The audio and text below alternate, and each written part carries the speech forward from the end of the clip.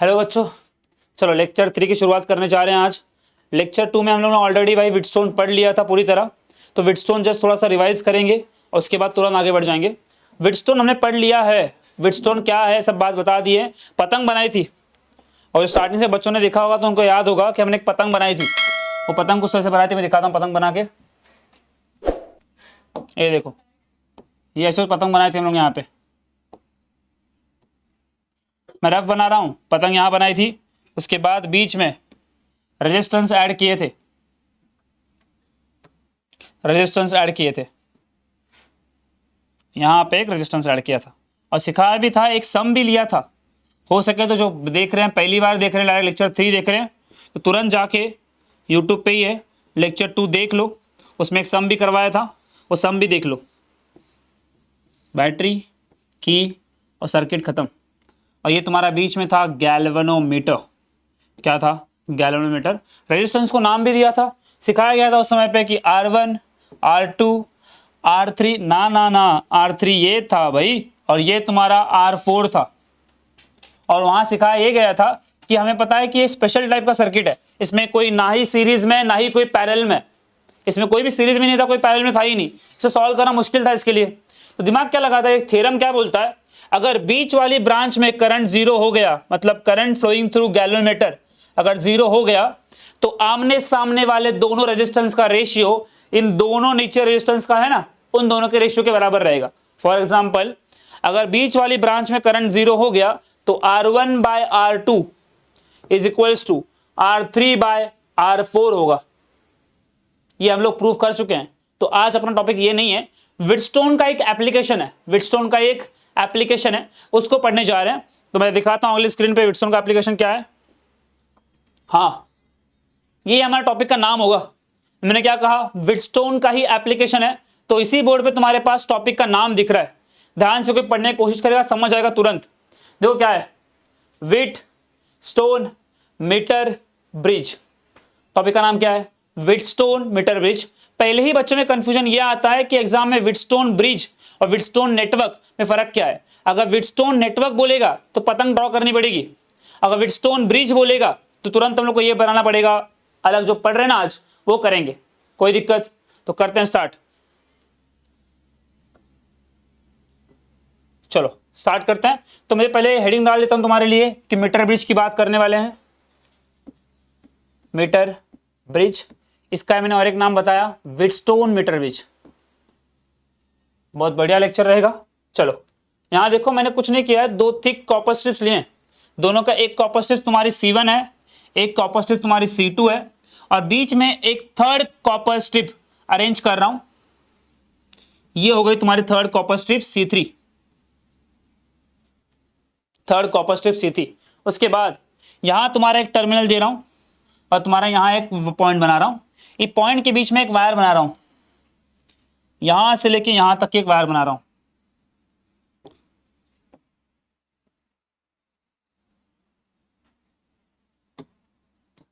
ठीक है, उसके बाद नेक्स्ट, इस वायर में करंट वगैरह फ्लो करने के लिए हम लोग यहां लगा देते हैं बैटरी वगैरह, और ये तुम्हारी की वगैरह। उसके बाद तुम्हारा रहेगा यहाँ पे एक चीज़ रहेगी, उस चीज़ का मैं एक्सप्लेन करूँगा बाद में। उस चीज़ को बोलते हैं रियोस्टैट। घबराओ मत, नाम नया है पर हर चीज़ बता के ही जाऊँगा और करके ही जाएंगे, चीज़ याद होके ही रहेगी, ये मेरा वादा है। स्टार्टिंग में करते हैं। स्टार्टिंग में देखो क्या बनाया, बैटरी बना दी है। बैटरी को बोलता हूँ कि ये बैटरी है मेरी E, की है K, और ये तुम्हारा रियोस्टैट, और ये तुम्हारे C1 और C2। अब बच्चे पूछ रहे होंगे कि मन में सवाल ये आ रहा होगा कि एक वायर ब्लू वाली बनाई है और एक वायर दिख रही है बगल वाली अलग वायर बनाई है। ब्लू वाली वायर तुम्हारी मेन वायर है, ये पूरी की पूरी वायर 1 मीटर की है। 1 मीटर मतलब इन शॉर्ट 100 सेंटीमीटर। अब ये वायर भी अलग चीज की बनी है और ये तुम्हारी मेन बनी है कॉपर की।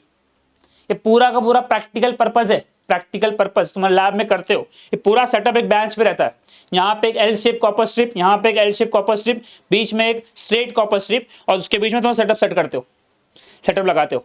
उसके बाद अब एक काम क्या है, जैसे हमने व्हीटस्टोन में काम किया था अननोन रेजिस्टेंस फाइंड करने के लिए, तो ये भी अननोन रेजिस्टेंस फाइंड करने के लिए ही यूज करेंगे। देखते हैं अननोन कहाँ लगाते हैं।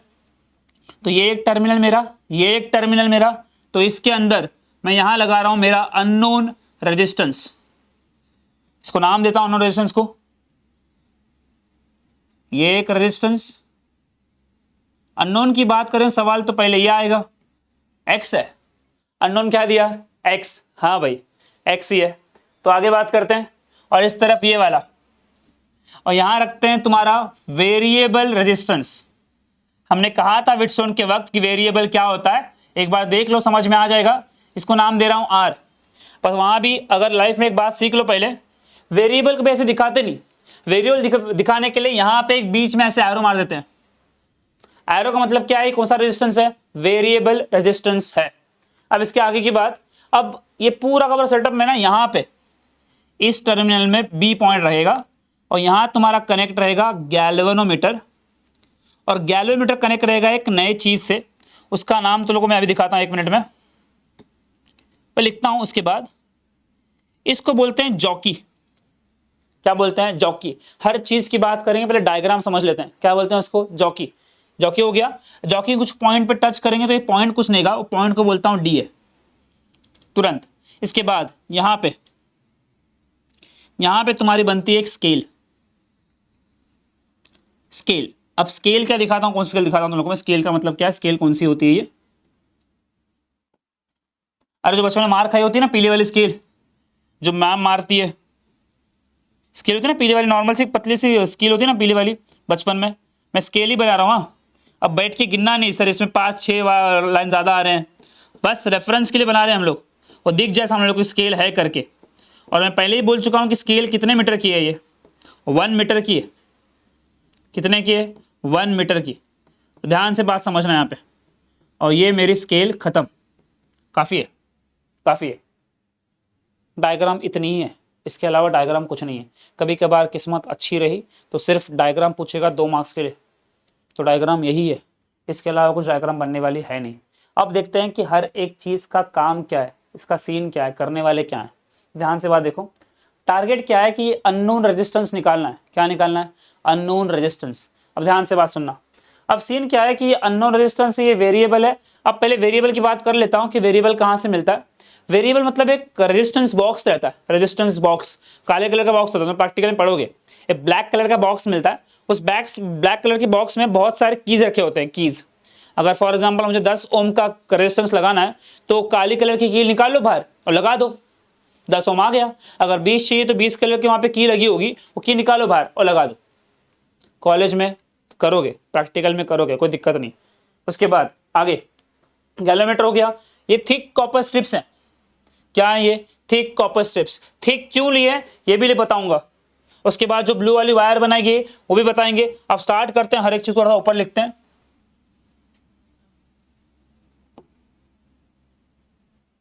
बस रुक जाओ। हाँ, अब हर एक चीज जो लिखी है उसका नेमिंग कर लेते हैं। चलो पहले बात करते हैं C1, C2 और ये तुम्हारा C3। C1, C2 और C3 ये तुम्हारा क्या है, थिक कॉपर स्ट्रिप्स। मैं दिखाऊंगा, 1 मिनट रुक जाओ, बस थोड़ा सब्र कर लो। थिक कॉपर स्ट्रिप्स, हर एक चीज का जवाब मिलेगा पर थोड़ा सा रुकने के बाद, कि मैं चाह रहा हूं कि तुम लोग को 2 मार्क्स पर दिखा दूं। Thick copper strips. उसके बाद X क्या है, unknown resistance, unknown resistance. X क्या है, अननोन रेजिस्टेंस। उसके बाद R क्या है, वेरिएबल रेजिस्टेंस। R क्या है, वेरिएबल रेजिस्टेंस। जैसे लिख रहा हूं वैसे ही लिखना। और J का नाम बताया मैंने, क्या नाम है इसका, जॉकी, जॉकी। उसके बाद G क्या है, गैल्वेनोमीटर, गैल्वेनोमीटर। उसके बाद K दिख रहा है ना, K क्या है तुम्हारा, की है। और लास्ट में ये दिख रहा है ना, E क्या है, बैटरी है, बैटरी है। और लास्ट में जो लिखा है RH, जो मेन चीज है, उसको बोलते हैं रियोस्टैट। क्या बोलते हैं, रियोस्टैट। स्टाइल में बोल, स्टाइल में रियोस्टैट, कोई दिक्कत। अब सबकी बात पढ़ते हैं कि काम क्या क्या है इसमें। अब देखो, सबसे पहले बात करते हैं जॉकी की। किसकी बात करते हैं? जॉकी। अब सुनो, जॉकी मतलब क्या है? एक शार्प मेटालिक पेन रहता है, शार्प मेटालिक पेन, उसका एज बहुत शार्प रहता है। पर्पस क्या होता है? उसको अलग अलग पॉइंट पे ना टच करना होता है, अलग अलग पॉइंट पे, वायर के अलग अलग पॉइंट पे टच करना होता है। टच करते ही वो किससे कनेक्ट किया गया है? गैल्वेनोमीटर से कनेक्ट किया गया। जैसे टच करोगे उसके अंदर क्या मिलेगी? रीडिंग दिखेगी ना। तो जस्ट फॉर पर्पस रीडिंग के लिए यूज करते हैं जॉकी को। अब वो शार्प क्यों रखते हैं?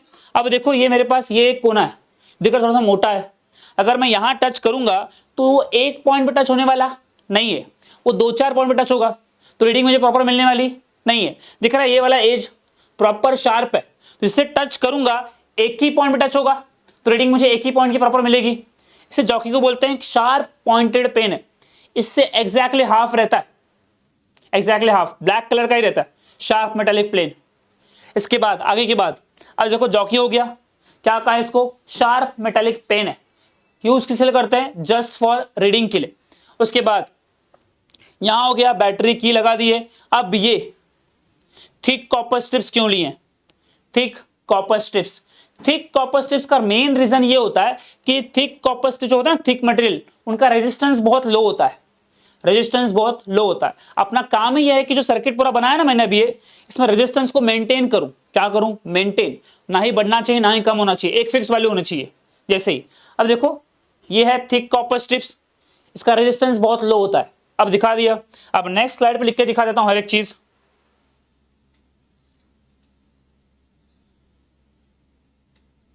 यहां पे अब देखो मैंने बोल दिया जॉकी क्या है? जॉकी क्या करते हैं? यूज फॉर रीडिंग, रीडिंग, और दिखता कैसे है? शार्प मेटालिक पेन है, शार्प मेटालिक पेन। मैं लिख के दे रहा हूं बस तुम लोग को याद करने के लिए, मेटालिक पेन है। उसके बाद थिक कॉपर स्ट्रिप्स क्यों लिए? थिक कॉपर स्ट्रिप्स लेने का रीजन ये है कि इनका रेजिस्टेंस क्या होता है? बहुत लो होता है। क्या लिखा? लो रेजिस्टेंस, लो रेजिस्टेंस, बहुत रेजिस्टेंस कम है इसका। उसके बाद अब दिख रहा है ए से लेके, ये पॉइंट को नाम देता हूं, ये पॉइंट है मेरा ए, ये पॉइंट है मेरा सी, और ये पॉइंट बी है। अब ए से लेके सी पॉइंट के बीच में अलग अलग पॉइंट पे मुझे टच करना होता है। क्या करना होता है? टच करना होता है। टच करते ही मुझे कुछ ना कुछ रीडिंग मिलेगी, रीडिंग मिलेगी। अब देखो जो अलग वायर बनाई ना मैंने ए से लेके सी, इस वायर की भी कुछ खास है। इस वायर का पहले नाम सुनना, नाम में ही ट्विस्ट है। नाम बोलते हैं इसको, वायर बनी होती है मैंगनीन से। किससे? मैंगनीन। मैंगनीन का मतलब ये अलॉय है, मैंगनीज और मैग्नीशियम का मिक्सचर, इसको बोलते हैं अलॉय। अलॉय सुना होगा ना, दो मेटल का कॉम्बिनेशन, उसको ही बोलते हैं अलॉय। ये मैंगनीज बोला नहीं मैंने, मैंगनीज और मैग्नीशियम का मिक्सचर। क्या बोला? मैंगनीन। अरे वो 100 रुपये वाला आइसक्रीम खाई होगी ना, मैग्नम, वही तो है, याद करने के लिए कहा। क्या है? मैंगनीन। तो लिख दो यहाँ पे वायर किससे बनी है? वायर मैंगनीन से। अब सवाल मन में आ रहा होगा कि मैंगनीन क्यों बनाया? वायर जो बनी है मैंगनीन से क्यों बनी है? इसका रीजन ये है कि ये होता है अलॉय। अलॉय, अलॉय का मतलब क्या होता है? दो मेटल का कॉम्बिनेशन। अब ध्यान से बात सुनो, अलॉय इसलिए लेते हैं कि अलॉय का रेजिस्टेंस बहुत हाई रहता है, रेजिस्टेंस बहुत हाई। अब सवाल, रेजिस्टेंस तो सर हाई है इसका, तो क्यों लिया इसको? दूसरा एक यूज है ना इसका, ध्यान से बात सुनना यहाँ पे। इसका टेम्परेचर कोएफिशिएंट अल्फा बहुत बहुत कम रहता है। गया वर्ड बाउंसर, पहली बार सुना, पहली बार सुना, अरे कोई दिक्कत नहीं। टेम्परेचर कोएफिशिएंट अल्फा मतलब वायर मेरी गर्म नहीं होगी, वायर मेरी गर्म होने वाली नहीं है। अब देखो जिसका अल्फा बहुत कम रहता है ना, तो उसकी वायर कभी गर्म होती नहीं। अब देखो ये वायर ए से लेके सी की वायर है, अब करंट पास करूंगा, करंट पास करूंगा, करंट पास करूंगा, तो वायर गर्म हो सकती है ना। अब मेरा स्टार्टिंग में ही कहा था एक वर्ड पहले ही कि मुझे क्या करना है इस चीज में, कि रेजिस्टेंस को मेंटेन करना है, ना ही बढ़ने देना है ना ही कम होने देना है। तो जैसे ही टेम्परेचर बढ़ेगा, वायर गर्म होगी, तो उसमें फर्क पड़ेगा ना, रेजिस्टेंस पे फर्क पड़ेगा। इसलिए हमने क्या किया, ऐसी वायर ली कि जितना करंट पास करने तो पास करने दो, फर्क पड़ता नहीं, वायर गर्म ही नहीं होगी। और दूसरी जो व्हाइट कलर की वायर बनी गई है वो कॉपर की वायर है, वो गर्म हो मुझे कुछ काम ही नहीं है, मुझे टच कहाँ करना है, ए से लेके सी पे टच करना है ना, तो फर्क पड़ने वाला नहीं। इसलिए क्या कहा, जिसका भी अल्फा बहुत कम रहेगा, वायर गर्म होने वाली नहीं। तो यहां लिखाता हूं कि हमने मैंगनीन क्यों लिया, मैग्नीन क्यों लिया, तो यहां लिखता हूं तुम्हारे लिए बादल बना के, वायर गरम नहीं होगी, गर्मा गरम, गरम नहीं होगी, चलेगा, हिंदी में लिख के दे दिया, कोई दिक्कत, वायर गरम नहीं होगी इसलिए हमने मैग्नीन लिया। उसके बाद तो कुछ बचा नहीं है, एक बचा है रियोस्टैट, उसको थोड़ा सस्पेंस बनाते हैं, दिखाता हूँ थोड़ी देर बाद। अब बात करते हैं इसकी वर्किंग की, करना क्या होता है मेनली। अब ध्यान से बात सुनो, ए से लेके सी तक अलग अलग पॉइंट पे टच करूंगा, ए से लेके सी तक अलग अलग पॉइंट पे टच करूंगा, ऐसा पॉइंट ढूंढूंगा जिस पॉइंट पे रीडिंग जीरो आएगी। रीडिंग क्या आएगी? Zero. Galvanometer shows zero deflection. Zero का मतलब हम लोग नया वर्ड लिखते हैं, उसको बोलते हैं नल डिफ्लेक्शन। क्या बोलते हैं? Null deflection. तो देखो, जीरो का मतलब ऐसा पॉइंट ढूंढूंगा ए से लेके सी में, और जैसे बोल दूंगा उसमें रीडिंग क्या आएगी? जीरो। अब जैसे रीडिंग जीरो आ गई, दिमाग लगाओ, इस पॉइंट ने ना, डी पॉइंट ने इस वायर को तोड़ दिया दो हिस्सों में, एक वायर बन गई एडी, एक वायर बन गई डीसी, तो दोनों का रेजिस्टेंस बदल गया ना। इस वायर का रेजिस्टेंस बन गया आर एडी, और इसका बन जाएगा आर डीसी, हाँ ना। अब ध्यान से देखो, एक मैंने पतंग बनाई थी, एक रेजिस्टेंस, दो रेजिस्टेंस, तीन रेजिस्टेंस, चार रेजिस्टेंस, बीच में गैल्वेनोमीटर। ये देखो R1, R2, R3, R4, बीच में गैल्वेनोमीटर है ना, व्हीटस्टोन। इसलिए पहले ही कहा कि व्हीटस्टोन का एप्लीकेशन है, सर नाम क्या दिया इसको? Wheatstone metre bridge. समझाना? अरे हलवा था। अबे आगे देखो, बन गया व्हीटस्टोन मीटर ब्रिज। अब ये जो पॉइंट जीरो मिलेगा ना मुझे यहाँ पे, नल डिफ्लेक्शन, वहां रुक जाऊंगा। जैसे रुक गया, मेरा काम खत्म, मैं लिख दूंगा x by R equals to R AD by R DC. X by R equals to R AD by DC. अभी जो किया एक मिनट पहले, R1 by R2, R3 by R4, वही तो यहां किया, x by R, R AD by R DC. अब निकालना x से, आर एडी को वहां भेज दूंगा, x मिल गया, हाँ है ना। पर करेंगे, पूरा प्रूफ के साथ करेंगे। अब थ्योरी सुनो, बच्चों का मेन प्रॉब्लम थ्योरी लिखने में ही है। इसमें प्रॉब्लम मेन तुम्हारा थ्योरी में, समझ तो गया है प्रॉब्लम किसमें? थ्योरी में। थ्योरी सुनते हैं पहले, यहाँ सुनो। मैं स्टार्टिंग में कहा था कि पूरा एक्सपेरिमेंट किस पे होता है? रेक्टेंगुलर बोर्ड पे। किस पे? रेक्टेंगुलर बोर्ड पे। तो हम लोग भी इसको बोर्ड पे ही लिखेंगे। Consider 1 metre long wire stretch between two thick copper strips. दिख रहा है? Thick copper strips, between two thick copper strips C1 and C2। क्या कहा? Consider 1 metre long wire stretch between two thick copper strip C1 and C2। Third copper strip C3 are arrange in such a way two gaps are form. दिख रहा है? दो gap बने। In left gap unknown resistance is connected, in right gap variable resistance is connected. In left gap, when unknown resistance is connected, in right gap, variable resistance is connected. अभी between point A and C, battery key and rheostat are connected in series. क्या कहा? Between point A and C, battery key and rheostat are connected in series. उसके बाद की बात, यहां तक कोई दिक्कत? अभी कहा था ना, रेजिस्टेंस बॉक्स से रेजिस्टेंस उठाएंगे, उसके बाद करंट फ्लो करेंगे, उसके बिना फ्लो कर सकते नहीं है। तो take a suitable resistance, take a suitable resistance. कहां से लोगे भाई? रेजिस्टेंस बॉक्स से। Take a suitable resistance from resistance box, current start flowing in circuit. देखो ये प्लस है ना और ये माइनस है, तो यहां से करंट निकलेगा ना, current start flowing in circuit by touching jockey. दिख रहा है? Current start flowing in circuit. अब मेन काम, जॉकी को अलग अलग पॉइंट पे टच करना शुरू करूंगा। ऐसा एक पॉइंट मिलेगा जहां रीडिंग क्या आएगी? जीरो। क्या आएगी? Reading zero. By touching jockey different point of wire AC, by touching jockey different point of wire AC at point D, at point D galvanometer shows null deflection. कहा था null, galvanometer shows null deflection, मतलब zero deflection, therefore no current flowing through galvanometer। अब काम खत्म, balancing condition is form. लिख दो, X by R equals to R AD by R D C, X by R equals to R AD by R D C. Balancing condition क्यों बोलते हैं? क्योंकि इस बार सर्किट बैलेंस हो चुका है, क्योंकि बीच वाले गैल्वेनोमीटर में करंट आ ही नहीं रहा, बीच वाले में गैल्वेनोमीटर का करंट आ ही नहीं रहा। किसी बच्चे ने सवाल पूछा था कमेंट्स में कि सर बैलेंसिंग कंडीशन क्यों बोला? बैलेंसिंग इसलिए बोलते हैं कि अभी करंट इसमें नहीं आ रहा है, सर्किट क्या हो गया? बैलेंस हो गया। अब मुझे आगे सॉल्व करने की जरूरत नहीं है, तो ये हो गया मेरा काम, अभी हो गया। अब बचता है रियोस्टैट। क्या बचता है? रियोस्टैट। सर रियोस्टैट क्या है? रियोस्टैट कुछ नहीं, ध्यान से बात देखो, इसमें खुद क्लिक कर दोगे, दिख रहा है ये एरो बनाते हैं यहां पे। रियोस्टैट का मतलब क्या है? यहां देखो, दिख रहा है, देखो ध्यान से देखो, गैल्वेनोमीटर की बात करते हैं। गैल्वेनोमीटर कैसे काम करता है? रीडिंग देता है वो। अब जैसे मैंने ए पॉइंट पे टच किया, ए पॉइंट पे टच किया तो मुझे कुछ यहां पे रीडिंग मिली। मान लेते हैं कि रीडिंग मुझे मिली है 3 पे।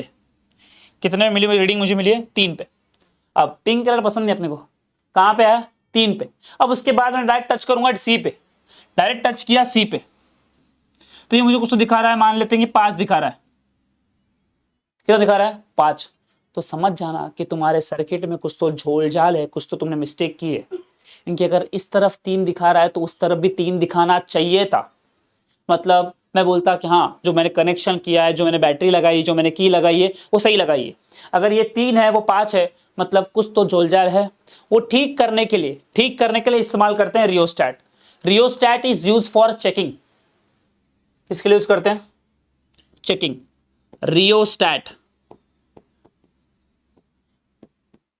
Rheostat use for checking. मैं लिख के दे रहा हूं हर चीज। चेकिंग किसके लिए यूज करते हैं? चेक करने के लिए कि सर्किट में करंट है कि नहीं। अब सवाल आएगा, सर चेक तो कर लिया पर ठीक कैसे करें? मिस्टेक तो हो गई अभी। अब मिस्टेक को ठीक करने का भी काम कौन करेगा? वही करेगा, वही हेल्प करेगा। अब यहां देखो कैसे, क्या यहां तुम्हारा हैंडल तुम्हारे हाथ में रहता है, ये हैंडल हाथ में है। मुझे पता है मुझे 3 लाना है, 3 लाना है, मतलब मुझे पता है सर्किट में मुझे 3 लाना है, तो मेरा करंट ज्यादा है, मेरे पास 5 है, मुझे कितना चाहिए? 3। अब करंट ज्यादा है, करंट कम करना है, रेजिस्टेंस बढ़ा दूंगा। अब इस एरो का मतलब क्या है कि सर्किट में सिर्फ और सिर्फ इतना ही रेजिस्टेंस कनेक्टेड है। दिख रहा है 2 एरो, इतना ही करंट सर्किट में कनेक्टेड है। अब मेरे हाथ में रॉड है, अगर रेजिस्टेंस बढ़ाना होगा तो अंदर खींचूंगा कि बाहर दबाऊंगा? मतलब अंदर दबाऊंगा कि बाहर खींचूंगा? रेजिस्टेंस बढ़ाना हो, आने तो आवाज, आने तो जोर से आने तो आवाज, सही है, अंदर दबा दूंगा। जैसे अंदर दबाऊंगा तो मेरा एरो तो वहीं रहेगा, पर रेजिस्टेंस बढ़ जाएगा ना अंदर की तरफ। रेजिस्टेंस बढ़ गया, इसका मतलब क्या? करंट कम हो गया, हाँ ना? करंट कम कब तक करूंगा? ये 3 शो करने तक। जैसे 3 शो हो गया मैं रुक जाऊंगा, मेरा सर्किट क्या हो गया? बैलेंस। समझा? अगर थोड़ा सा भी डाउट रहा तो सर थोड़ा सा सरका देना पीछे की तरफ और ध्यान से बात सुनना, क्लिक होगा तुरंत। अब रियोस्टैट का काम भी हो गया, मैं गायब करता हूं इसको यहां से। तेरे वास्ते फलक से मैं चांद लाऊंगा। चलो कोई दिक्कत? अब हर चीज लिख लेते हैं थ्योरी के साथ। तो थ्योरी बोली थी, थ्योरी लिखते हैं ध्यान से। क्या कहा था? 1 metre long wire stretch on rectangular wooden board between 2 thick copper strip C1 and C2. Third copper strip C3 are arranged in such a way 2 gaps are formed. In left gap unknown resistance is connected. In right gap variable resistance is connected. Between point A and C battery key and rheostat is connected in series. किसमें लगाया है? Series में। उसके बाद आगे यहां तक लिख दिया। अब इसकी बारी। Take suitable resistance from resistance box. Current start flowing in circuit by touching jockey different point of wire AC. Mostly बच्चे गड़बड़ करते हैं, AD लिख लेते हैं। By touching jockey different point of wire AC. At point D, galvanometer shows null deflection. Null deflection. Therefore, no current flowing through galvanometer. Balancing condition is formed. फिर से x by R equals to R AD by R D C. काम खत्म। चलो अब start करते हैं, चीजों को ध्यान से लिखना। तो मैं इस चीज को कॉपी कर लेता हूं नेक्स्ट स्लाइड पे।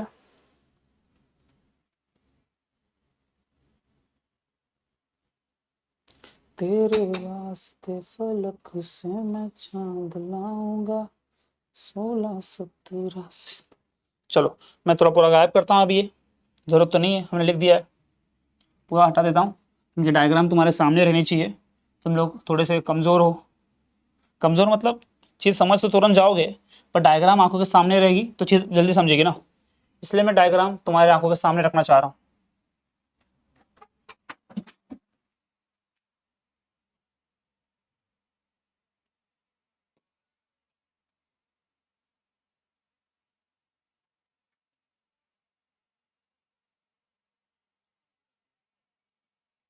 चलो डायग्राम आंखों के सामने आ गई है, मैं हेडिंग गायब कर देता हूँ।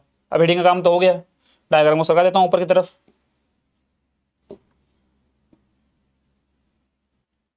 चलो बस यार, ऊपर मत जाओ, थोड़ा सा नीचे आ जाओ।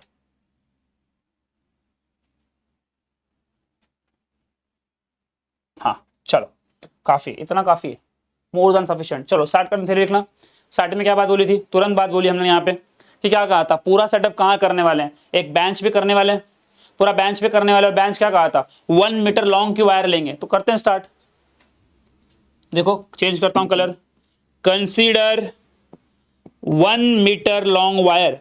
मैंने बोल दिया है, तुम लोग को तुरंत बुक लिख लिए लिखना चाहिए, consider 1 metre long wire, 1 metre long wire, stretch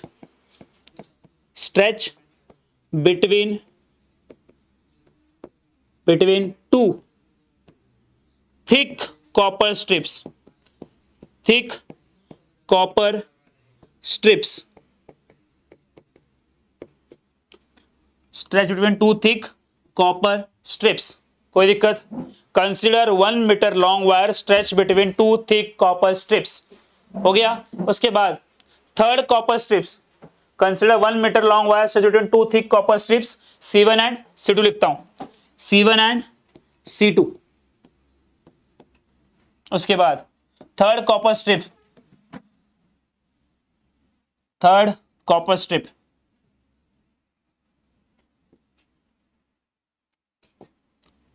उसके बाद third copper strip, third copper strip, third copper strip, C3 are arranged in such way two gaps are formed। कहा था ना 2 गैप बनेंगे, 2 gaps are formed। थेरी बहुत आराम से लिख रहे हैं और ज्यादा हाई वर्ड में नहीं डाल रहे, 2 gaps are formed। इसके बाद लेफ्ट गैप में क्या दिख रहा है, अननोन रेजिस्टेंस जो निकालना है। राइट गैप में क्या है, वेरिएबल रेजिस्टेंस। इन लेफ्ट गैप unknown resistance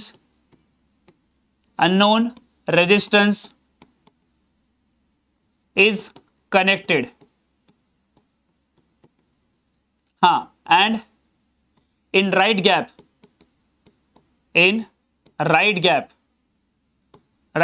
क्या कनेक्ट किया है, वेरिएबल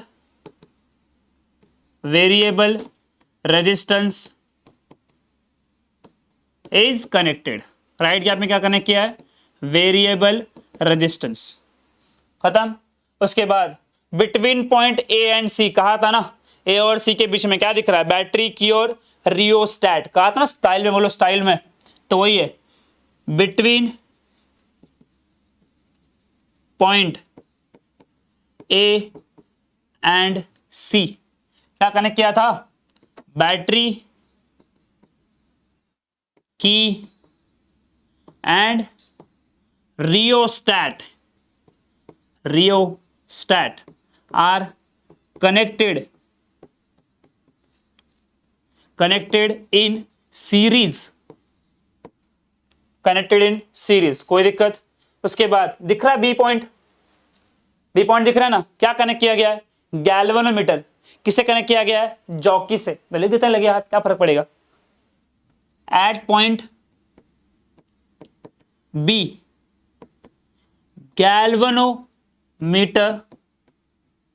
गैल्वेनोमीटर इज कनेक्टेड किससे कनेक्ट किया गया है? With jockey. मानता हूं थोड़ा लेंदी होगा, पर तुम लोग को मुझे पता है जितना ज्यादा याद करोगे एग्जाम में आराम से याद आएगा। तो लोग बोलते हैं ना कि 6 मार्क्स का अगर 3 मार्क्स का क्वेश्चन है, तुम लोग 8 पॉइंट पढ़ते हो, एग्जाम में याद 6 ही आते हैं, तो पहले 10 पढ़ लो, 8 पॉइंट याद आ ही जाएंगे। ऐसे चलो, उसके बाद हो गया at point B galvanometer is connected with jockey. अब ये आर था ना, याद आ रहा है आर कहा था, आर का नाम भी कहा था वेरिएबल रेजिस्टेंस। कहां से लेते हैं हम लोग? ये रेजिस्टेंस बॉक्स से, काला कलर का बॉक्स रहता है। Take a suitable resistance from resistance box. Suitable क्यों बोलते हैं? कि जो इसका आपसे जरूरत है ना अपने को, उसके हिसाब से कनेक्ट करते हैं। तो लिखता हूं यहां पे मैं, take a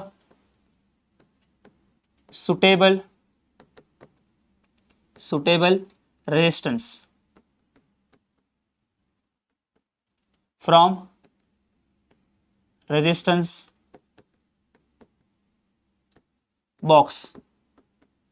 take a suitable resistance from resistance box. उसके बाद अब करंट दौड़ेगा ना, तो करंट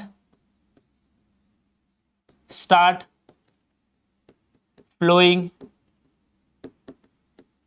इन सर्किट। हे सर्किट का क्या लिखा है? देखो सीकेटी लिखा है, सीकेटी। याद से रखना कि सीकेटी ऐसे लिखा है, वो आगे शॉर्टकट का भी काम आएगा। सीकेटी, सर्किट जैसा दोस्त मिल गया तो काफी है भाई। आगे इसके बाद हो गया, अभी आगे का काम करते हैं। यहां तक कोई दिक्कत आई? एक बार ध्यान से पढ़ लो। Consider 1 metre long wire stretch between 2 thick copper strip C1 and C2.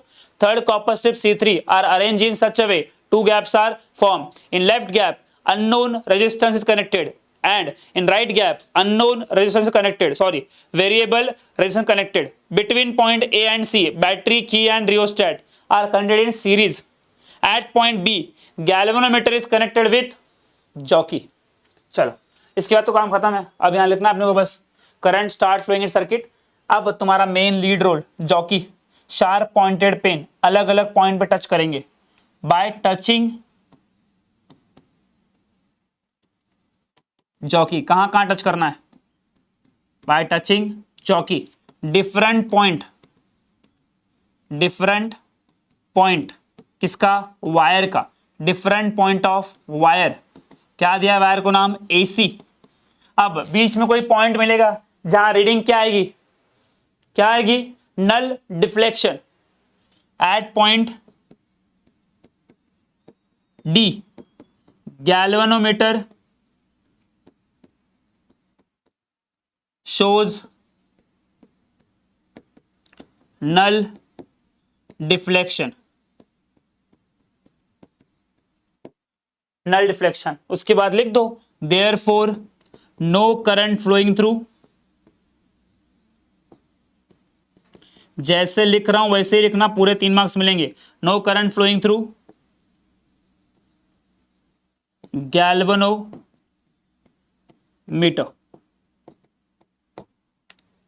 Problem खत्म। अब आ गया, अब क्या बन गई तुम्हारी बैलेंसिंग कंडीशन बन गई ना।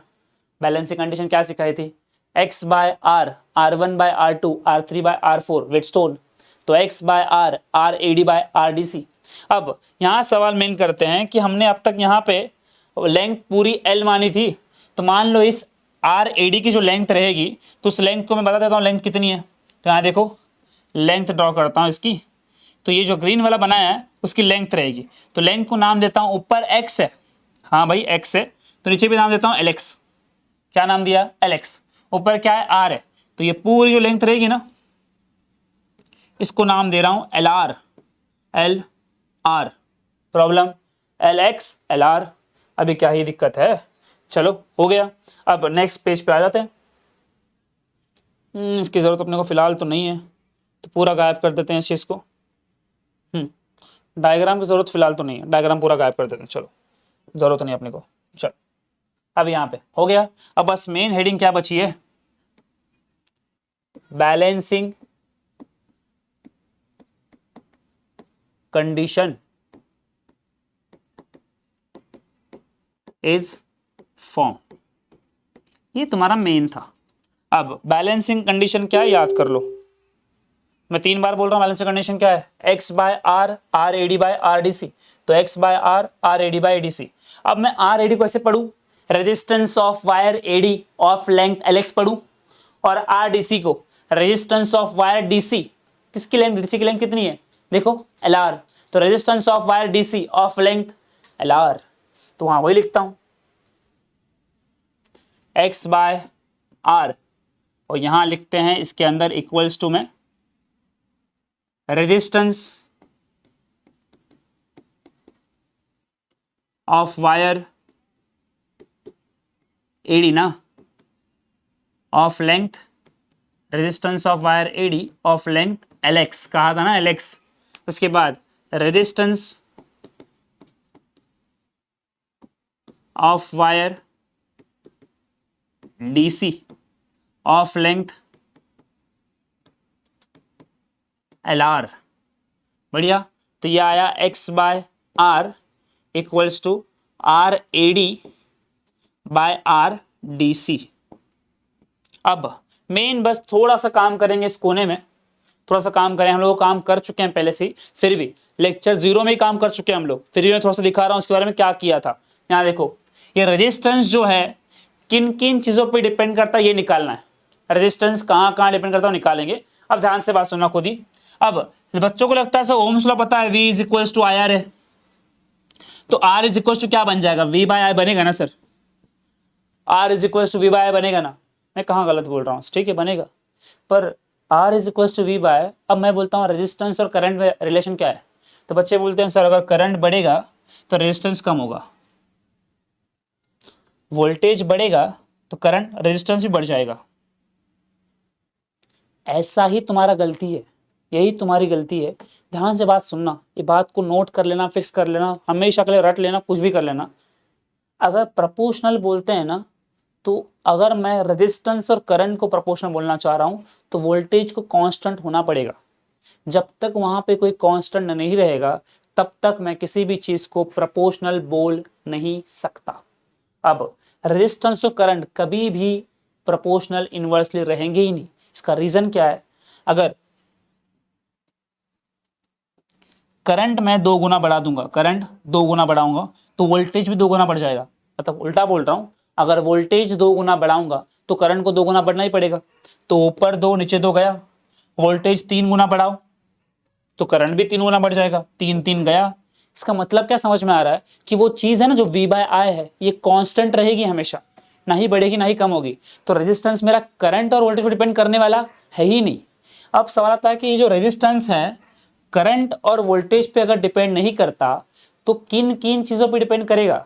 मैंने कहा V बाय आई लिखा था, वोल्टेज बढ़ाओगे करंट बढ़ेगा, वोल्टेज कम करोगे करंट कम करेगा, जितना तुम बढ़ाओगे उतना करंट भी बढ़ेगा। इस चक्कर में दोनों का ऊपर 2 नीचे का 2 गया, इस चक्कर में कुछ आने वाला नहीं है। अब रेजिस्टेंस पर डिपेंड करता है, रेजिस्टेंस का मतलब क्या होता है, बोलते हैं ना कि अपोज कर रहा है, रोक रहा है, जाने से मुझे जाने दे नहीं रहा है। अब दिमाग लगाओ कि अगर मैं बोलता हूँ कि मेरे पास घर जाने के 2 रास्ते हैं, एक है 2 किलोमीटर वाला, एक है 10 किलोमीटर वाला, दोनों मार्केट से हैं, दोनों भी मार्केट से हैं, कहाँ से जाओगे, कहाँ से जाओगे, 2 किलोमीटर वाले से, क्योंकि 10 किलोमीटर वाले में अपोजिशन ज़्यादा है, रेजिस्टेंस ज़्यादा है, 2 किलोमीटर वाले में अपोजिशन कम है, रेजिस्टेंस भी कम। 10 किलोमीटर की लेंथ बड़ी है, लेंथ ज़्यादा तो रेजिस्टेंस ज़्यादा, लेंथ कम तो रेजिस्टेंस कम। तो रिलेशन क्या दिख रहा है, डायरेक्टली। अभी अब वही मार्केट है, मार्केट का साइज नहीं चेंज कर रहे हैं, साइज उतना ही रख रहे हैं। अब दोनों मार्केट ही हैं, अब एक मार्केट 2 किलोमीटर का, दूसरा मार्केट 2 किलोमीटर का ही है, पर एक मार्केट जो 2 किलोमीटर का है वो पूरे ग्राउंड में फैला हुआ है, हर जगह फैला हुआ है मार्केट, और एक मार्केट जो 2 किलोमीटर का है वो गली में, कहाँ पर है, गली में। अब मुझे बताओ तकलीफ ज्यादा कहाँ होगी, गली वाले में। तकलीफ कहाँ कम होगी, ग्राउंड वाले में। इसका मतलब क्या है, एरिया छोटा, तकलीफ बढ़ गई मेरी, तो रेजिस्टेंस क्या हो गया, बढ़ गया। एरिया बड़ा, तकलीफ हुई क्या मुझे, नहीं हुई, मतलब रेजिस्टेंस कम। एरिया छोटा, रेजिस्टेंस ज्यादा, तकलीफ हुई ना गली वाले मार्केट में। एरिया बड़ा, फैला है ग्राउंड में, आराम से जाओ कोई दिक्कत नहीं, एरिया बड़ा, रेजिस्टेंस भी कम। डायरेक्टली या इनवर्सली, इनवर्सली। तो resistance is inversely proportional to area. अब यहाँ पे कंबाइन कर दो तो ये आया R proportional to L by A, हटाने के बाद आता है, हमेशा याद रखो प्रोपोर्शनलिटी गायब करना, दो चीज़ें आती हैं, एक आता है इक्वल्स टू, एक आता है कांस्टेंट। कांस्टेंट जो बना है इसको बोलते हैं रो। क्या बनाया? रो। कुछ कुछ बुक्स में यहाँ पे सिग्मा लिखते हैं, तो मैंने क्या लिखा है? रो। तो आर इज इक्वल टू क्या आएगा? Rho L by A, rho L by A. चलो पुट करते हैं। अब ये मैं लिखता हूँ यहाँ, तुम लोग कहीं ना कहीं लिख के ले लो। मैं तो बोलता हूँ कहीं ना कहाँ लिखोगे, तुरंत जब बुक ओपन करोगे, तुरंत बुक ओपन करने के बाद अभी बुक ओपन कर लो, जैसे यहाँ तक पहुंच चुके वीडियो में, तुरंत बुक ओपन कर लो और बुक के मार्जिन पे लिखना। कहाँ पे? मार्जिन पे। चीज़ आंखों के सामने होनी चाहिए। तो मैं याद करा के दूंगा थोड़ी देर बाद। अब मैं इसको गायब करता हूँ, दिखा जाए फॉर्मूला क्या है, R is equals to rho L by E. तो मैं तुम्हारे लिए मार्जिन पे लिख के दे सकता हूँ, चलेगा, कोई नहीं, बच्चे देख लेंगे। ये गायब। हमने लेक्चर 0 में कर चुके थे पहले से। लेक्चर 0 देख लो, पूरा बेसिक सिखा दिया उसमें। तो यहाँ बनाता हूँ तुम्हारे लिए बादल और लिखता हूँ R is equals to rho L by A. अब आर ए डी की बात करते हैं, तो ये लिखा X by R, R A D resistance of wire A D ना, तो मुझे पता है ये रो रहेगा, रो रहेगा ना, लिखा तो है रो। अगर यहाँ लिखता हूँ तुम्हारे लिए, चलो पहले निकाल करता हूँ आर ए डी क्या है। यहाँ आर ए डी की वैल्यू आर, ये रो रहेगा ऐसे ही। लेंथ क्या दिख रही है? दिख रहा है एलेक्स, तो लिख दो Alex divide by area. Area तो वायर का बदला नहीं है हम लोग ने, एरिया तो यही रखा है, यूनिफॉर्म वायर रखी है ना, तो एरिया थोड़ी बदलूंगा वायर का। और डिवाइड बाय ए, उसी तरह आर डी सी, तो ये rho L R divided by A. अब सारी वैल्यू पुट कर दो इसमें, ये आ गया X by R equals to R A D, क्या आएगा? Rho L X divided by A, और divide by rho L R divided by A, है ना। अब खुद बोलोगे कुछ तो क्या सर गायब होगा? क्या गायब होगा सर? रो जाएगा, घटा दिया रो मैंने, ए भी जाएगा, हाँ बढ़िया है, गया वो भी। क्या बचा देखो फॉर्मूले में, क्या बच गया? क्या बच गया देखते हैं, चेक करो। एक्स बचा, डिवाइड का आर बचा, और ऊपर क्या बच गया? एल एक्स, डिवाइड में क्या बचा? L R. काम किससे? एक्स से काम है, तो आर को वहां भेज दो। तो X is equals to R L X divided by L R. अब यहां एक स्टेप कर रहा हूं, ध्यान से देखना, समझ में आया क्या? तो x equals to R L X upon 100 minus L x.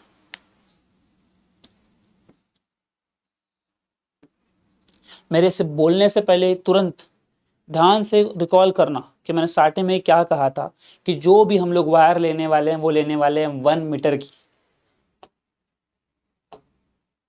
कितने की लेने वाले हैं? 1 मीटर की।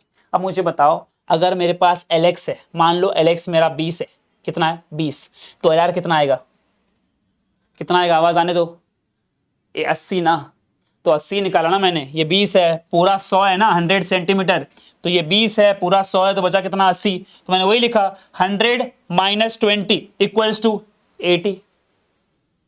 देखो 100 माइनस 20 80, तो वही लिख दिया, फॉर्मूला था यार। अब मुश्किल, अब ध्यान से यहाँ देखो डायग्राम में।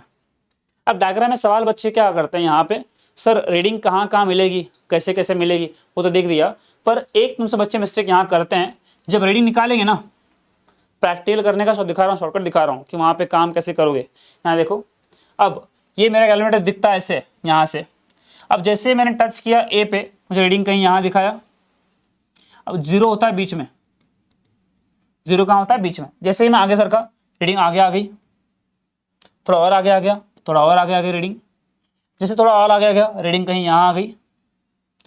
अब थोड़ी देर बाद जैसे मैं चला गया, रीडिंग कहीं यहाँ आ गई, थोड़ा देर और आगे गया, यहाँ आ गई। अब तुझे यहाँ समझदार बनना चाहिए था, तुझे यहाँ ढूंढना था नल पॉइंट, तेरा नल पॉइंट छूट गया है, तू कहाँ जा रहा है? आगे आगे जा रहा है रीडिंग। अब तुझे और आगे नहीं जाना चाहिए था, तुझे कहाँ आना चाहिए था? पीछे। कहाँ आना चाहिए था? पीछे। तुरंत तू पीछे आना शुरू होगा, प्रॉब्लम होगी ना, तो इसमें प्रॉब्लम है। अब तू जब टच करेगा अलग अलग पॉइंट पे, तेरा नल पॉइंट छूट सकता है, छूटेगा, कभी कभार छूटेगा, बाद में दिखाऊंगा कहाँ मिलता है नल पॉइंट, कहीं ना कहीं छूटेगा। अब इसके लिए क्या कर सकते हैं, कुछ प्रॉब्लम अपने पास तो है नहीं अंदाजा, पर अगर किसी बच्चे ने बोला सर स्लाइड कर दूं, तो स्लाइड करके लेके जाऊं, तो स्लाइड करके लेके जाऊंगा, पर नल पॉइंट छूटेगा नहीं, हाँ है ना। अब पूरा घिसते घिसते लेके गया, पूरा घिसते घिसते लेके गया, छूटने वाला का नल पॉइंट नहीं छूटेगा, नल पॉइंट मिलेगा। तो प्रॉब्लम है, मैंने टच करने ही कहा, स्लाइड करने कहा मैंने नहीं कहा। क्यों नहीं कहा, ध्यान से बात सुनना। यहाँ पे टच करने का रीजन ये दिखा कि हम लोग स्लाइड इसलिए नहीं करते कि जैसे ही वो जॉकी जो होता है मेटल का शार्प पेन है ना, उसका एज शार्प है, चाकू है, चाकू ऐसे कोने में स्ट्रेट नहीं है, ऐसे पकड़िए, ऐसे पकड़िए, मानो ऐसे पकड़िए। जब उसको चाकू को घिसते घिसते लेके जाऊंगा, वायर छिल जाएगी ना। अगर वायर छिल गई, वायर का एरिया क्या हो जाएगा, कम हो जाएगा। अगर एरिया कम हो गया, रेजिस्टेंस बढ़ जाएगा ना। फिर लाले पड़ गए फिर से। आप लोगों को रेजिस्टेंस बढ़ाना है क्या, एक चीज को मेंटेन करनी, इसलिए क्या कहा, स्लाइड नहीं करना, क्या करना, टच करना। क्या कहा, टच करना। स्लाइड करने में नुकसान है, वायर अगर छिल गई, रेजिस्टेंस बढ़ जाएगा, तो उसकी वजह से प्रॉब्लम अपने को आएगी ना। प्रॉब्लम कहाँ आएगी, रीडिंग प्रॉपर नहीं मिलेगी। इसलिए क्या कहा, टच ही करना। मेन तुम्हारी फायदे की बात, सवाल पूछोगे ना कि सर रीडिंग एग्जैक्टली कहाँ मिलती है, तो यहाँ देख लो, तुम्हारे लिए ऊपर लिख के दिखाता हूँ, रीडिंग एग्जैक्टली कहाँ मिलेगी। बाई चांस फर्ज करो तुम्हारे पास वक्त नहीं बचा है, रीडिंग ढूंढनी है तुरंत, तुरंत रीडिंग कहाँ मिलेगी, तो तुरंत रीडिंग दिखाता हूँ। वहां पे सुनो, एक तो रीडिंग मिलेगी 33 पे, कहाँ मिलेगी, 33 पे। या दूसरी रीडिंग मिल सकती है 66 पे, कहाँ मिलेगी, 66.67 के आसपास, 33.33 के आसपास। तो मैं पहले दिमाग क्लियर करूंगा, मैं हर पॉइंट पे टच करते नहीं लेके जाऊंगा, डायरेक्ट 30 से लेके 35 तक टच करूंगा, 30 से लेके 35 तक टच करूंगा। अगर मिल गई तो चिल है, कोई दिक्कत नहीं। अगर नहीं मिली, दूसरा ऑप्शन भी है, 64 से लेके 68 तक टच करूंगा, 64 से लेके 68 तक टच करूंगा। मिल गई तो मिलेगी ही, अगर वहां नहीं मिले तो यहां मिलना कंफर्म। समझे, फायदे वाली बात है, ये बात तो नहीं भूलोगे, हाँ ना, समझे, कोई दिक्कत। ये पूरा तुम्हारा स्टार्टिंग से लेकर एंड तक है, एक बार पूरा रिकॉल कर लेते हैं तुरंत फास्ट में, क्योंकि ये 3 मार्क्स के लिए पूछता है। कितने मार्क्स के लिए पूछता है, 3 मार्क्स के लिए। तो रिकॉल करते हैं इसको। कुछ नहीं कहा था, 3 कॉपर स्ट्रिप्स लिए हैं, एक C1 है, एक C2 है, एक C3 है। कौन से लिए हैं, थिक कॉपर स्ट्रिप्स। थिक लेने का रीजन दिखाया था मैंने, थिक लेने का रीजन दिखाया था, वो थोड़ा सा आगे चला गया, 1 मिनट, हाँ ये आ गया। थिक कॉपर स्ट्रिप्स, थिक लेने का रीजन ये था कि जो रेजिस्टेंस होता है थिक कॉपर स्ट्रिप्स का, वो बहुत बहुत लो होता है, तो मेरे लिए काम आसान हो जाता।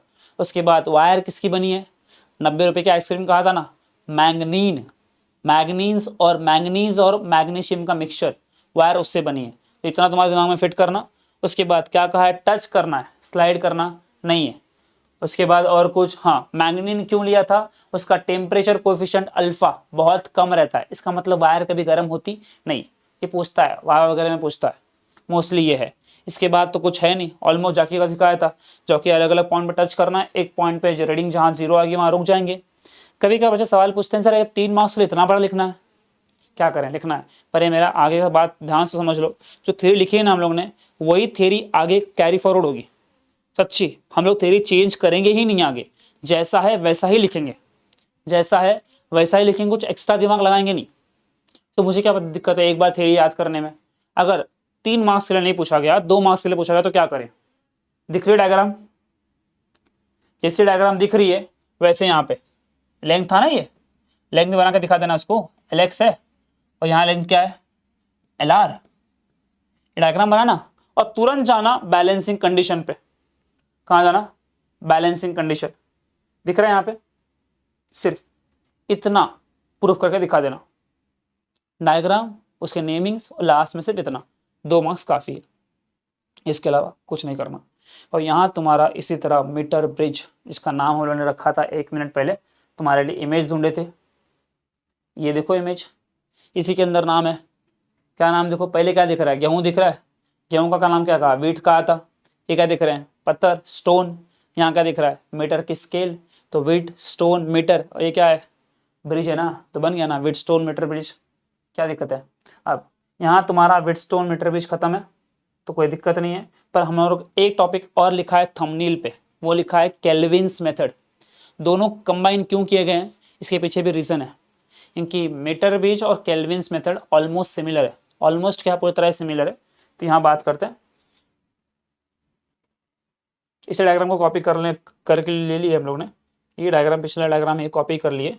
डायग्राम स्लाइटली चेंज करेंगे, स्लाइटली चेंज करेंगे। मैं नेमिंग लिखता हूँ तुम्हारे लिए और एक बार, पूरा नेमिंग गायब करता हूँ, नीचे वाला नेमिंग और एक बार लिख के दूंगा, क्या टेंशन नहीं है। बस डायग्राम में चेंज क्या है वो देख लो, चेंज क्या है वो देख लो बस। डायग्राम यही है, हेडिंग तुम्हारी रहेगी, हेडिंग क्या चेंज हो गई इस बार, केल्विन्स मेथड, केल्विन्स मेथड। इसके पूछने के चांस थोड़े कम इसलिए होते हैं क्योंकि तुम्हारी ये टेक्स्ट बुक के इसमें नहीं है, टेक्स्ट बुक के मतलब बुक्स में नहीं है, मतलब बुक के अंदर ही है, पर जो ब्लू कलर के बॉक्स वगैरह आते हैं ना, बॉक्स के अंदर है। अब तुम लोग तो बुक का अंदर का पढ़ता नहीं हो नॉर्मली मोस्टली, तो बॉक्स के अंदर कहाँ पढ़ोगे, पढ़ते बॉक्स के अंदर का, बॉक्स के अंदर का कुछ चीज़ें पढ़नी ज़रूरी हैं, तो उसमें से हम लोग केल्विन्स मेथड पढ़ रहे हैं, तो करते हैं केल्विन्स मेथड। लिखा है हेडिंग केल्विन्स मेथड। अब चेंज कुछ नहीं है, सिर्फ यहाँ का जो है ना,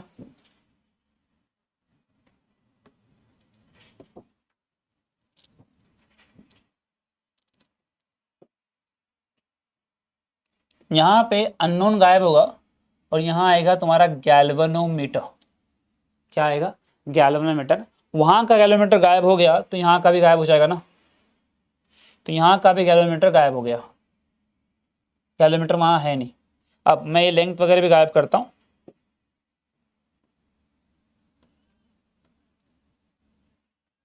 पूरे लेंथ गायब करता हूँ, लेंथ को बना देंगे हम लोग और एक बार, ये लेंथ गायब कर दी। चलो, रेजिस्टेंस आर एडी रहेगा, रेजिस्टेंस आर डीसी रहेगा, सिर्फ लेंथ बदलेगी। लेंथ कैसे होगी, यहाँ पे लेंथ यहाँ बन जाएगी, ऊपर जी है ना, तो यहाँ बन जाएगा तुम्हारा L G, L G life is good, L G, ठीक है, स्मॉल जी नहीं कैपिटल जी लिखता हूँ, कैपिटल जी एल जी। और ये तुम्हारा जो लेंथ बनेगी यहाँ से लेके यहाँ की लेंथ, पूरी यहाँ से लेके यहाँ की लेंथ कहा था ना, ये जो लेंथ है ये तुम्हारा बन जाएगा वही एल आर, जो लिखा था पहले ही, जो लिखा था पहले वही है, यही लेंथ एल आर। क्यों दिखे मुझे तो L R, sorry L G, ये आ गया एल जी। खत्म कहानी, ऑलमोस्ट सारा डायग्राम हो गया। एक डायग्राम है केल्विन्स मेथड की, इसलिए हमने इसको कंबाइन किया था, पर नाम अलग है तो काम भी थोड़ा अलग रहेगा ना, तो ध्यान से बात यहाँ सुनना कि इसमें काम क्या अलग है। एग्जाम में 2 मार्क्स के लिए पूछेगा, इसलिए इसमें मैं थ्योरी वगैरह लिख के दूंगा नहीं, पूरा थ्योरी वही चिपकाना है, पूरा स्टार्टिंग से वही। Consider 1 metre long wire stretch between 2 rectangular, stretch between 2 thick copper strips C1 and C2, third copper strip C3 are arranged in such a way 2 gaps are formed, in left gap unknown resistance connect किया था, in right gap variable resistance connected किया था, उसके बाद between point A and C battery की and rheostat connected किया था। बस जहाँ लेफ्ट गैप अननोन बोला ना, वहाँ क्या आएगा, गैल्वेनोमीटर। बस सवाल आ रहा है इसका काम क्या है, गैल्वेनोमीटर का रेजिस्टेंस निकालने बोल रहे। अब बच्चे सवाल पूछते हैं गैल्वेनोमीटर में कैसा रेजिस्टेंस रहेगा, रहता है बच्चों, रहता है, हर चीज़ ऐसे नहीं होती ना तुरंत दिखता है। देखो कैसे दिखता है कैलोमीटर, मैं रफ दिखा रहा हूँ कैलोमीटर दिखता कैसे।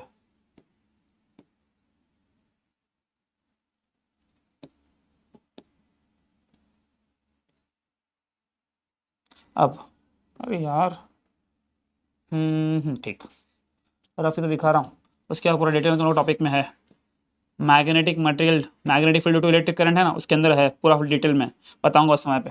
दिख रहा है, ये एक सॉफ्ट आयरन कोर रहता है, सॉफ्ट आयरन कोर, इसके ऊपर एक कॉइल बाउंड की गई थी, कॉइल लपेटा गया जाता है, इस कॉइल को इसके ऊपर लपेटा जाता है ऐसे, कॉइल लपेटा जाता है, कॉइल के 2 टर्मिनल यहाँ रहते हैं बाहर की तरफ, और कॉइल कनेक्ट की होती है स्प्रिंग से, और स्प्रिंग से यहाँ पॉइंटर लगा होता है, और रीडिंग तुम्हारी यहाँ रहती है। ये तुम्हारा स्टार्टिंग वाला रीडिंग रहेगा ना 0 वाला, और यहाँ 1 2 3 4 5, और ये 1 2 3 4 5, ये होता है गैल्वेनोमीटर। ये तुम्हारा magnets, north pole south pole. अब मुझे बताओ, कॉइल लगी है ना इसमें, कॉइल मतलब रेजिस्टेंस रहेगा ना उसका, तो उसको हम लोग बोलते हैं रेजिस्टेंस ऑफ गैल्वेनोमीटर। क्या बोलते हैं, रेजिस्टेंस ऑफ गैल्वेनोमीटर। तो पर्पज ही अपना वो है, क्या निकालना है, रेजिस्टेंस निकालना है गैल्वेनोमीटर का। देखो वही करना है काम। बस इस बार हम लोग करते क्या है, इसका वर्किंग कैसे है, ध्यान से बात सुना, वर्किंग कैसे तुम खुद समझ जाओगे। यहाँ हम लोग नल डिफ्लेक्शन नहीं ढूंढते, दिखाता हूँ कैसे। जैसे ही मैंने एक सेटअप लगा दिया, सुटेबल रेजिस्टेंस ले लिया, रेजिस्टेंस लेने के बाद सर्किट में करंट फ्लो होना शुरू हो गया। जैसे करंट फ्लो होना शुरू होगा, करंट फ्लो करने से तुरंत 1 मिनट पहले, मतलब रेजिस्टेंस बॉक्स मत लेना, उसको ऐसे ही रखना, कैसे रखना, करंट भी फ्लो करना नहीं, ऐसे रखना, की को ओपन कर देना, क्लोज मत करना। उसके पहले क्या करना, इस गैल्वेमीटर में ना कुछ रीडिंग आ रही होगी, वो गैल्वेमीटर जो रीडिंग आ रही होगी इस कोने में कहीं ना कहीं एक पेज पे लिख के लेना। मान लो कि वो रीडिंग को ऐसे दिखा रहा था कि पॉइंटर कहीं यहाँ आ रहा था, ठीक है, पॉइंटर कहीं यहाँ आ रहा था। जैसे वो पॉइंटर आया, रीडिंग मैंने नोट करके ले ली। अब सुटेबल रेजिस्टेंस ले लो, करंट फ्लो करना शुरू कर दो। जैसे करंट फ्लो करना शुरू करोगे, चौकी को अलग अलग पॉइंट में टच करना, 1 2 3 4 5 पॉइंट टच करना। टच करने के बाद ऐसे एक पॉइंट मिलेगा जिस पॉइंट पे उसकी रीडिंग जो पेपर पे लिखी थी ना पहले वाली रीडिंग, वो रीडिंग और जो तुम्हारी पॉइंट की रीडिंग है टच करते आई, वो रीडिंग क्या हो जाएगी, मैच। रीडिंग क्या हो गई, मैच। अब मुझे बताओ, रीडिंग मैच हो गई, इसका मतलब करंट फ्लो होना फिर से बंद, क्योंकि पोटेंशियल अगर सेम हो गया, दोनों पोटेंशियल क्या हो गया, सेम, इसका पोटेंशियल भी सेम, इसका पोटेंशियल भी क्या, सेम। तो अगर सेम पोटेंशियल पे करंट फ्लो होता है क्या, नहीं। दोनों बॉटल में पानी रखा है एक लेवल पे, दोनों सेम लेवल पे हैं, इसका पानी इसमें कभी आने वाला है क्या, कभी भी नहीं। इसी तरह अगर पोटेंशियल सेम है, इसका भी सेम है, इसका भी सेम है, तो करंट आने वाला नहीं, इसलिए करंट क्या हो गया, जीरो। फिर से एक बार क्या बन गई, बैलेंसिंग कंडीशन इज फॉर्म। तो बैलेंसिंग कंडीशन बन गई है, तो फिर से वैसे ही काम करेंगे ना, ये देखो ऐसे वाला काम, G by R equals to R A D by R D C, G by R equals to R A D by R D C, ये तो काम करना, इसके अलावा कुछ है क्या। चलो अब लिखते हैं ध्यान से, लिखते हैं और एक बार याद ही तो रहेगा। C1 C2 एंड C3 क्या है तुम्हारे, ये थिक कॉपर क्या है, स्ट्रिप्स। उसके बाद G गैल्वेनोमीटर,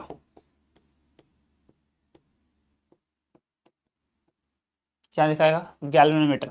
R क्या है, वेरिएबल रेजिस्टेंस, वेरिएबल रेजिस्टेंस। उसके बाद हो गया ये E क्या है, बैटरी कहा था ना, बैटरी की जगह तुम लोग EMF लिखोगे तो कोई दिक्कत नहीं, EMF भी चल जाता है। K क्या है, की है। और RH क्या है, सिखा दिया पहले, स्टाइल में नाम लेना है, कहा था ना स्टाइल में, रियोस्टैट, रियोस्टैट। इसके अलावा कुछ बचा क्या, नहीं, ऑलमोस्ट सारी चीज़ें आ गई हैं। चलो हो गया काम। अभी क्या काम है ना, और एक बार रिपीट कर देता हूँ तुम्हारे लिए। स्टार्टिंग में बात बोल दी कि ये काम किस पे करता है, इक्वल डिफ्लेक्शन पे, ना कि नल डिफ्लेक्शन पे। तुम लोग क्या ढूंढना होता है, इक्वल डिफ्लेक्शन। तो मैं इसके लिए यहाँ ब्रैकेट करके रखा था कि तुम लोग को यहाँ लिख के दे दूँ किस पे काम करता है ये, इक्वल डिफ्लेक्शन पे। हम लोग नल डिफ्लेक्शन ढूंढने ही वाले नहीं है, हम लोग क्या ढूंढने वाले हैं, इक्वल डिफ्लेक्शन। ऐसा डिफ्लेक्शन जो करंट फ्लो करने से पहले गैल्वेनोमीटर में दिखा रहा था, वैसे ही रीडिंग हम लोग सेम ढूंढेंगे करंट फ्लो करने के बाद उसी गैल्वेनोमीटर के अंदर, इसी गैल्वेनोमीटर के अंदर। अगर दोनों रीडिंग सेम हो गए मतलब क्या है, पोटेंशियल डिफरेंस क्या हो गया, सेम ना, तो करंट फ्लो होना नहीं पड़ेगा, होगा ही नहीं। इसे क्या बोलते हैं, बैलेंसिंग कंडीशन इज फॉर्म। अगर बैलेंसिंग कंडीशन हो गई है तो सेम उसी तरह काम करेंगे, सेम वही काम। Balancing condition is, balancing condition is form. क्यों दिखे तो मुझे तो, चलो बताओ बैलेंसिंग कंडीशन क्या, देखो R1 by R2 R3 by R4 G by R equals to R AD by R DC। तो ये आ गया G, ये आया R, और यहाँ वैसे लिखेंगे, कहा था ना, resistance of wire, resistance of wire AD of length, हे AD मतलब क्या होती है, AD ना बोल लो मैं, length, resistance of wire AD of length LG कहा था ना, लिख के दिया है भाई देखो, LG। उसके बाद resistance of wire, resistance of wire DC of length, length LR। चलो अब लिख दो, G by R equals to R AD by R DC।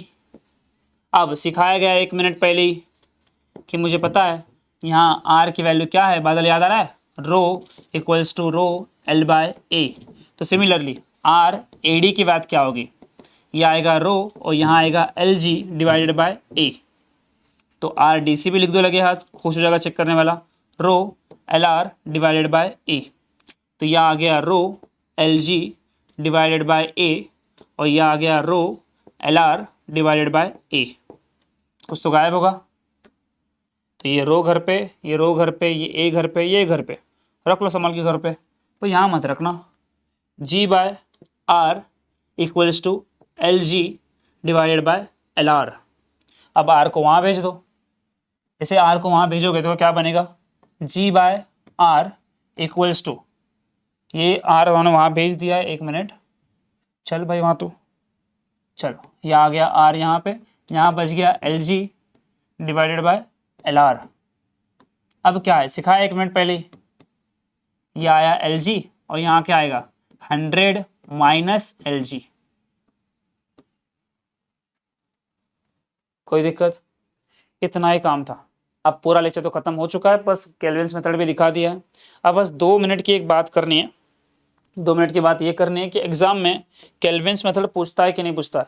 Kelvin's method क्या है कि ये पूछता बहुत रेयरली है। रेयरली क्यों है, क्योंकि ये ऑलरेडी किसके अंदर होता है, तुम्हारे डब्बे में ब्लू वाला बॉक्स है ना, उसके अंदर ही होता है। और तुम लोग पहले बुक का अंदर का पढ़ते नहीं, तो बॉक्स कहाँ से पढ़ोगे, इसलिए मैंने ये पढ़ाया इसलिए है कि ये बहुत रेयरली पूछता है। पर किस्मत ख़राब चल रही है आजकल, तो ये पूछ सकता है 2 मार्क्स के लिए। कितने मार्क्स के लिए, 2 मार्क्स के लिए। तो बढ़िया बात है कि ये केल्विन्स मेथड का डायग्राम तो वही है, इस दोनों कंबाइन इसलिए किया कि व्हीटस्टोन मीटर ब्रिज भी सेम ही है और केल्विन्स मेथड भी ऑलमोस्ट सेम है। बस वो काम करता है नल डिफ्लेक्शन पे और ये काम करता है इक्वल डिफ्लेक्शन पे। इसके अलावा कुछ बताने के काम नहीं है। अब बस तुम्हारा होमवर्क ये रहेगा, जैसे ऑफलाइन में हम लोग फील देते हैं ना, वैसे तुम लोग को फील देना चाहिए। तुरंत जो क्लास वर्क हमें सिखाया ना हम लोग ने यहाँ पे, तुरंत तुम लोग के पेज पे लिखना चाहिए और वो आ रहा है कि नहीं आ रहा है चेक करना चाहिए। क्या करना चाहिए, आ रहा है कि नहीं आ रहा है चेक करना चाहिए। अगर नहीं आ रहा है तो मैं दिखाता हूँ हम लोग कैसे करते हैं। मैं इस हिसाब से बच्चों को बोल देता हूँ कि मेरे होने के बाद बिना देखे लिखो, बिना देखे लिखो। ऑलमोस्ट 85% बच्चे लिख लेते हैं और कुछ 15% बच्चे होते हैं जो लिख नहीं पाते। कोई दिक्कत नहीं है, अभी याद नहीं हो रहा है, बाद में 1 बार पढ़ेगा 2 बार पढ़ेगा तो याद हो ही जाएगा ना। मानता हूँ कि केल्विन्स तो तुम लोग को बाद में करना चाहिए, पहले मीटर बीज तो करना चाहिए। मीटर बीज होगा केल्विन्स हो ही जाएगा। और मुझे लगता है कि मीटर बीज ना बहुत आसान है, मुश्किल नहीं है, कुछ मुश्किल नहीं। डायग्राम बस याद करनी है, थ्योरी मैंने 3-4 बार रिपीट कर दिए, थ्योरी तो याद रहेगी, उसमें कोई दिक्कत नहीं है। तो बस उतना सा काम कर लेना। और मैं बोलता हूँ अगर मेरी एडवाइस मानो, सब कितनी बार लिखें तो याद हो ही जाएगा। जो भी बच्चा देख रहा है अगर वो 3 बार भी लिख ले पूरा स्टार्ट से लेकर एंड तक, उसको रट्टा हो जाएगा, याद हो जाएगा। वो यहाँ खड़े करके पढ़ाएगा, हमारा काम जाएगा, फिर उसे इस तरह याद हो जाएगा। समझे बात। तो लेक्चर 3 यहाँ ख़त्म करते हैं, मिलते हैं अगली बार। Thank you.